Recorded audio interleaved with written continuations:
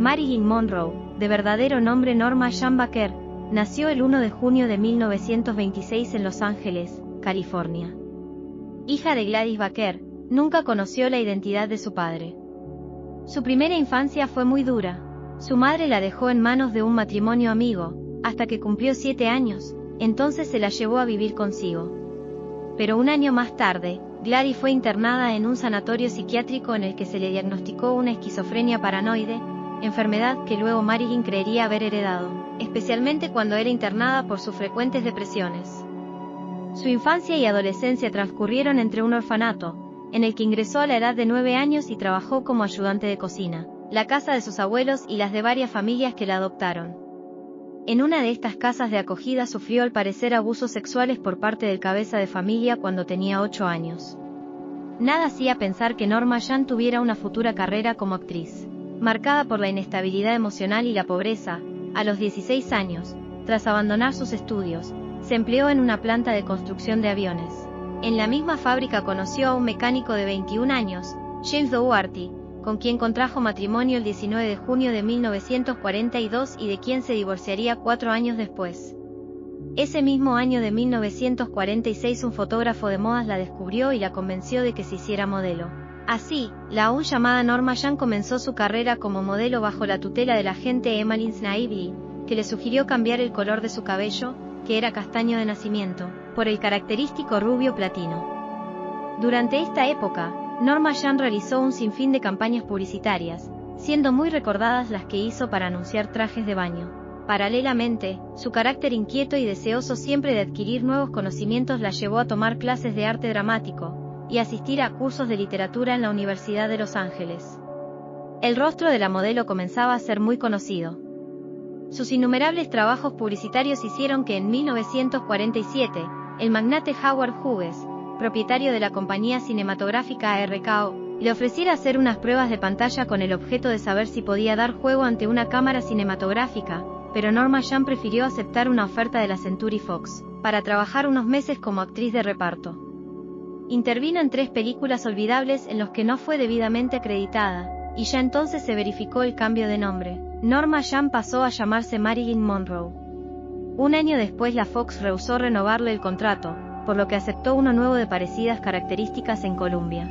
Para esta compañía actuó en la comedia musical Ladies of the Chorus, 1948, de Phil Carlson. Marilyn era una modesta bailarina de striptease llamada Peggy Martin y cantaba 2 canciones. Para preparar este papel recibió lecciones del director musical de la Columbia, Fred Kargar, con quien se cree que mantuvo relaciones íntimas. Al año siguiente participó en el que sería el penúltimo filme de los hermanos Marx, Amor en conserva, de David Miller. A continuación consiguió, ya para la productora Metro-Goldwyn-Mayer, un papel breve pero de suma importancia para su futuro como actriz, en el excelente thriller de John Huston, La jungla de asfalto. Interpretaba con bastante soltura a Angela, la amante de un gángster al que acaba por traicionar. El siempre atento Joseph L. Mankiewicz, que había iniciado su carrera como realizador 4 años antes, reparó en la joven Marilyn y le ofreció otro pequeño pero suculento papel en su melodrama Eva al desnudo. En esta película interpretaba a una superficial aspirante actriz en lo que podríamos calificar como uno de los primeros papeles que respondían al estereotipo que más tarde se crearía de ella. Poco antes, en 1949, Marilyn, que durante un tiempo compaginó las profesiones de actriz y modelo, dio su primer golpe en aras de la celebridad al posar para una sesión fotográfica, cuyo resultado es aún hoy una de las más genuinas imágenes de una pin-up girl. Se trata de las imágenes que muestran en tomas cenitales a Marilyn desnuda sobre un cubrecamas de color rojo. Algunas de las fotos aparecerían ese mismo año en un calendario, y algo después, en 1953, una de ellas sería la portada del primer número de la famosa revista erótica Playboy. Esto, sin duda, fue un verdadero acontecimiento mediático, quizá de los primeros que pueden ser comparados a los que se dan hoy día. Mientras tanto, la actriz no abandonaba su carrera en el cine. Tras realizar algunos papeles secundarios no demasiado destacables, en 1952 apareció en algunos títulos de cierta importancia, bien por sus directores, bien por el trabajo que desempeñó en ellos: Encuentros en la noche, de Fritz Lang, No estamos casados, de Edmund Goulding, el episodio que Henry Caasta realizó para el film colectivo 4 páginas de una vida, y la película de intriga Niebla en el alma, de Roy Ward Baker. en el que encarnó de manera muy convincente el personaje de Nell Forbes. Marilyn estuvo verdaderamente espléndida en su papel de Nell, una niñera perturbada que había intentado suicidarse en el pasado y que, desesperada y medio loca tras haber perdido a su gran amor, se disfraza ahora con las joyas de su señora para seducir a un atractivo piloto. La niña a la que debe cuidar aquella noche, Benny, frustra sus planes, por lo que la alucinada muchacha la amenaza primero con destriparla con tanta facilidad como a una muñeca, y luego la amordaza y la ata a la cama. En esta sádica y desquiciada relación con la pequeña, Marilyn dio muestras de una convincente crueldad que, al tiempo que desvelaba sus excelentes dotes dramáticas, tal vez le trajo a la memoria los horrores sufridos durante su propia infancia. Fue sin duda uno de los mejores papeles de su carrera. Pero el filme realmente importante de ese año fue la comedia de enredo Me siento rejuvenecer, de Howard Hawks, el director que junto a Ian Huston y Billy Wilder tal vez supo extraer lo mejor de Marilyn Monroe. En esta comedia, verdadero clásico del género escrita por Ben Heck, Charles Lederer y Diamond, hacía el papel de una secretaria rubia y tonta junto a dos verdaderos monstruos del género, Cary Grant y Ginger Rogers. La maestría de la puesta en escena y la espléndida carpintería dramático-cómica de la película, era lo que estaba necesitando la carrera de Marilyn, que por fin podía demostrar su valía más allá de lo estúpido que pudiera ser el personaje que interpretara. Además, y como se vería más adelante, fue en la comedia más o menos pura donde la actriz dio lo mejor de sí misma.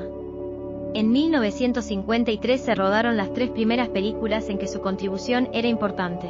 En primer lugar, Niágara, un filme de suspenso a lo Hitchcock, que dirigió el siempre eficiente Henry Hathaway, pero que no era el tipo de producción idónea para la actriz.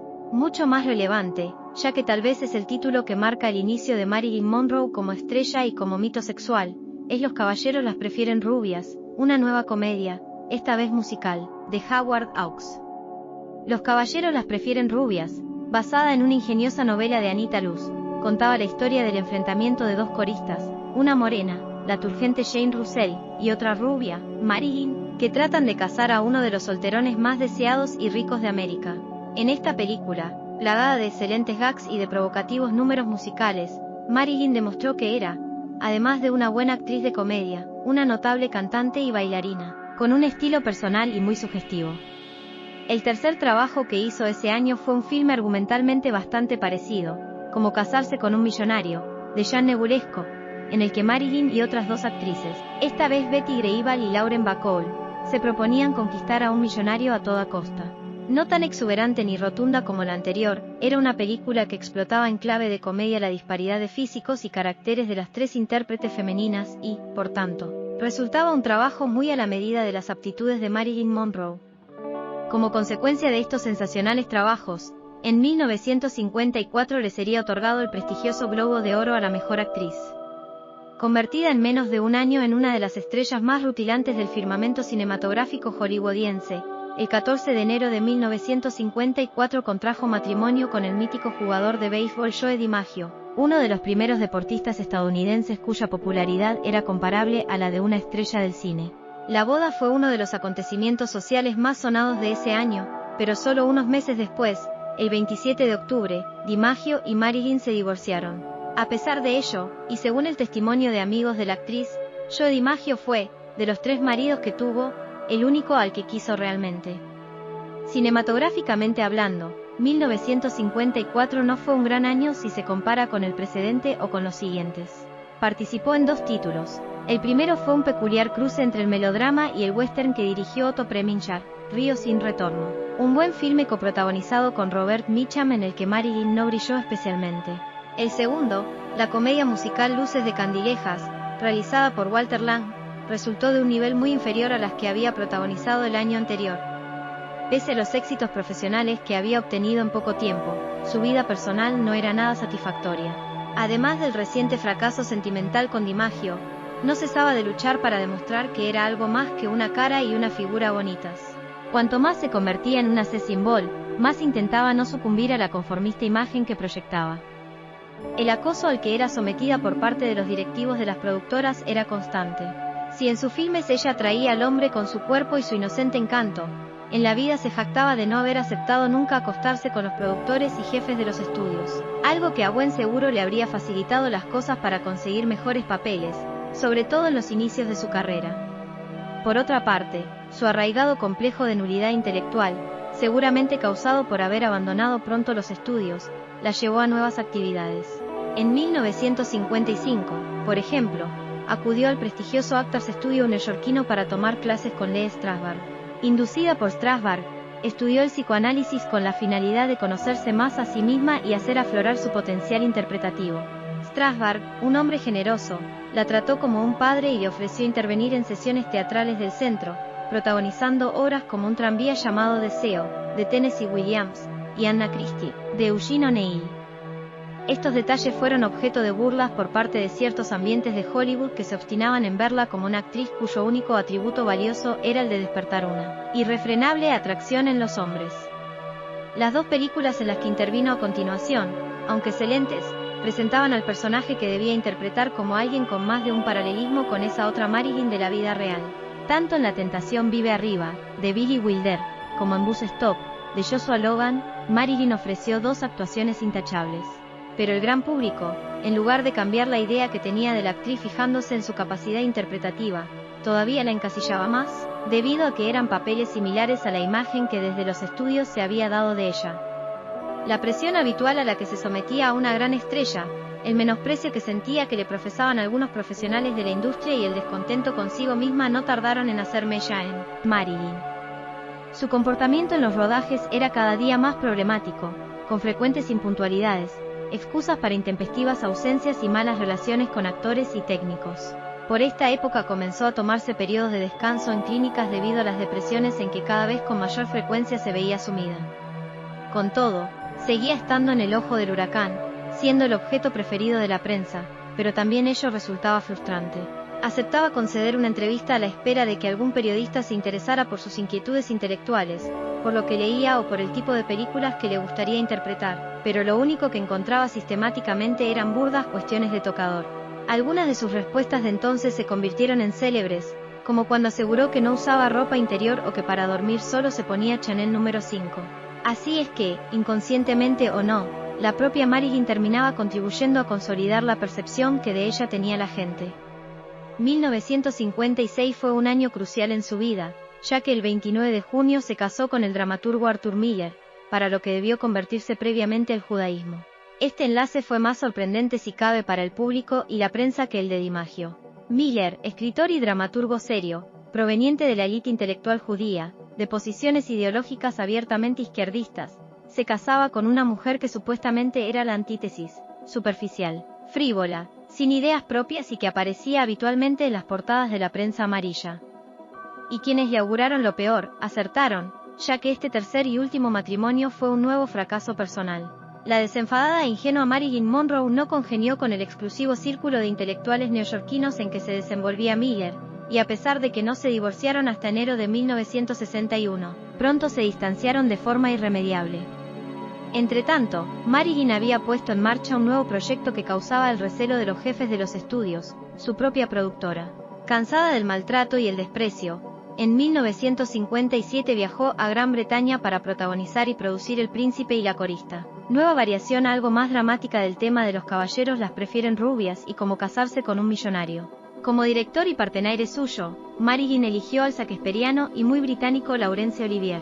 El rodaje fue, como venía siendo habitual, algo turbulento, con enfrentamientos con Olivier, retrasos, pastillas y alcohol. Curiosamente la crítica especializada, que ya había destacado su buen hacer como actriz dramática en Bus Stop, fue unánime al señalar que la espontaneidad y el encanto de Marilyn habían eclipsado a Olivier, aunque fue inmisericorde con la película. De regreso a Estados Unidos, volvieron a surgir los problemas, las inseguridades y los temores de Marilyn, un matrimonio que ya no funcionaba, unos estudios cada vez más refractarios a contratarla. Por extraño que esto pudiera parecer dada su inmensa popularidad, nuevas depresiones, nuevas estancias en sanatorios o clínicas de descanso, y dos nuevos factores, o cuando menos más acentuados: el consumo de alcohol y de píldoras, en especial barbitúricos. En su siguiente película, Con faldas y a lo loco, genial y mordaz comedia sobre el amor y el transexualismo en que volvió a dirigirla Billy Wilder, el rodaje se convirtió en un verdadero suplicio. En sus memorias, Wilder lo recordaría como la experiencia más traumática de su carrera debido al imprevisible comportamiento de la actriz, que nunca llegaba a la hora o que, simplemente, Tenía que repetir hasta 65 veces un plano en el que tan solo tenía una frase. No obstante, y gracias en cierto modo a la buena química que había con los otros dos actores principales, Tony Curtis y Jack Lemmon, el resultado final fue satisfactorio. El trabajo de Marilyn sería premiado en 1960 con un nuevo Globo de Oro, esta vez en la categoría de Mejor Actriz de Comedia o Musical. En 1960 coprotagonizó junto al actor francés Yves Montand del film de George Cukor, El multimillonario. Aunque con un planteamiento habitual en la filmografía de Monroe, chica humilde pero con ansias de superación que encuentra el amor en un hombre rico, Cukor imprimió al argumento un mayor acento dramático. Era una producción suntuosa, correctamente realizada, y con un buen trabajo de la pareja protagonista, pero aún así había algo en el conjunto que no terminó de funcionar. Durante el rodaje, Monroe y Montand tuvieron un romance que no pasó a mayores. Marilyn se enamoró del actor, pero para Montand no era más que una aventura. Una vez más, la mujer más deseada del mundo no encontraba o tenía dificultades para conservar un amor. Su última aparición cinematográfica fue para muchos críticos y aficionados el mejor trabajo de cuantos realizó Marilyn Monroe. Dirigido por John Huston y con guión del aún marido de Marilyn, Arthur Miller, Vidas Rebeldes, era un filme elegíaco, tocado con la rara cualidad de lo irrepetible, que unía en la pantalla a tres grandes actores, Clark Gable, Montgomery Clift y Marilyn Monroe, tres estrellas que además estaban atravesando por distintos motivos unos momentos personales especialmente delicados. Una historia de perdedores, tan del gusto de Huston, que en un último crepúsculo encontrarán al menos un lugar donde poder descansar y compartir sus experiencias con alguien. Intensa y emotiva, quizá este papel fue el mejor regalo que pudo hacer a Marilyn Arthur Miller, de quien se divorciaría poco después, el día 21 de enero de 1961, justo una semana antes del estreno de Vidas Rebeldes. Su sentida interpretación de la divorciada Raajin Tabor, que encuentra un nuevo amor en el personaje que encarna Gable, acabaría siendo apreciada como admirable cierre y legado de carrera actoral. Los últimos meses de la vida de Marilyn presentan una serie de zonas oscuras que probablemente nunca lleguen a esclarecerse, como su relación con el entonces presidente de Estados Unidos, John F. Kennedy, que parece probado que fue de naturaleza íntima, o más tarde con el hermano de este, el senador Robert Kennedy, en la que algunos indicios pueden hacer pensar que fue tan solo de amistad. De cualquier modo, los nombres de ambos aparecieron entonces y siguen apareciendo hoy en el asunto de la muerte por suicidio de la actriz, que falleció el 5 de agosto de 1962 a causa de una sobredosis de barbitúricos en su casa de Brentwood, California. A las 3 de la madrugada la señora Murray, su ama de llaves, la encontró en la cama en una postura extraña, con el teléfono fuertemente aferrado en una de sus manos y las luces encendidas. Un frasco vacío de Nembiatol encima de la mesilla atestiguaba la ingestión masiva de pastillas por parte de la estrella. El médico forense certificó su muerte y expresó su convencimiento de que se trataba de un suicidio. En años posteriores, una auténtica industria del escándalo, de la que formarían parte la prensa amarilla, la de la extrema derecha y un Norman Mailer arruinado y angustiosamente necesitado de dinero, especularon incansablemente sobre la relación entre su muerte y los hermanos Kennedy. No era la primera vez que había ingerido una sobredosis de barbitúricos combinada con alcohol. Exactamente lo mismo había ocurrido en la primavera del año anterior, poco después de la separación de Miller y del estreno de Vidas Rebeldes. La policía, extrañamente, no reveló el nombre de la sustancia que había tomado Marilyn, e incautó y rehusó hacer públicas las cintas magnetofónicas de la compañía de teléfonos en que estaban grabadas las llamadas que efectuó la noche de su muerte. Esto no hizo más que confirmar las sospechas de que Marilyn llamó a alguien en busca de ayuda, alguien cuya alta posición pública no le permitía afrontar el escándalo que hubiera supuesto verse envuelto en semejante asunto. A pesar de todo lo vivido y sufrido, Marilyn Monroe, una de las actrices y símbolos más icónicos del siglo XX, ha dejado una huella imborrable en la cultura popular y en el corazón de millones de personas en todo el mundo. Aunque su vida fue breve y tumultuosa, su legado perdura por diversas razones que explican por qué nunca será olvidada. Marilyn poseía un carisma innato y un encanto irresistible que cautivaba a todos los que la rodeaban. Su sonrisa deslumbrante y su personalidad magnética la convirtieron en una figura carismática que trascendía la pantalla. A pesar de los estereotipos que la acompañaron, Marilyn demostró su talento actoral en diversas películas. Su habilidad para combinar inocencia y sensualidad en sus actuaciones la destacó como una actriz versátil y talentosa. Marilyn fue una pionera de la moda y la elegancia. Sus icónicos vestidos y su estilo único siguen siendo referentes para diseñadores y amantes de la moda hasta el día de hoy.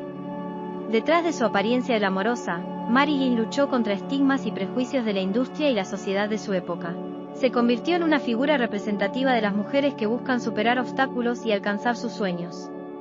La vida de Marilyn estuvo llena de misterio y tragedia. Su trágico fallecimiento a una edad temprana dejó a sus admiradores con un sentimiento de pérdida y una fascinación por su figura enigmática. Marilyn Monroe se convirtió en un ícono de la cultura popular y ha influido en generaciones posteriores de artistas, actrices y músicos. Su imagen ha sido referenciada y homenajeada en innumerables ocasiones, asegurando que su legado perdure. Aunque en su época no se asociaba a Marilyn con el feminismo, su figura ha sido reinterpretada a lo largo del tiempo como un símbolo de empoderamiento y lucha por la igualdad de género, inspirando a mujeres de todas las edades a perseguir sus sueños. Su belleza y sensualidad la convirtieron en un símbolo sexual que trascendió las fronteras del cine, impactando en la cultura y la sociedad, e inspirando a numerosas generaciones.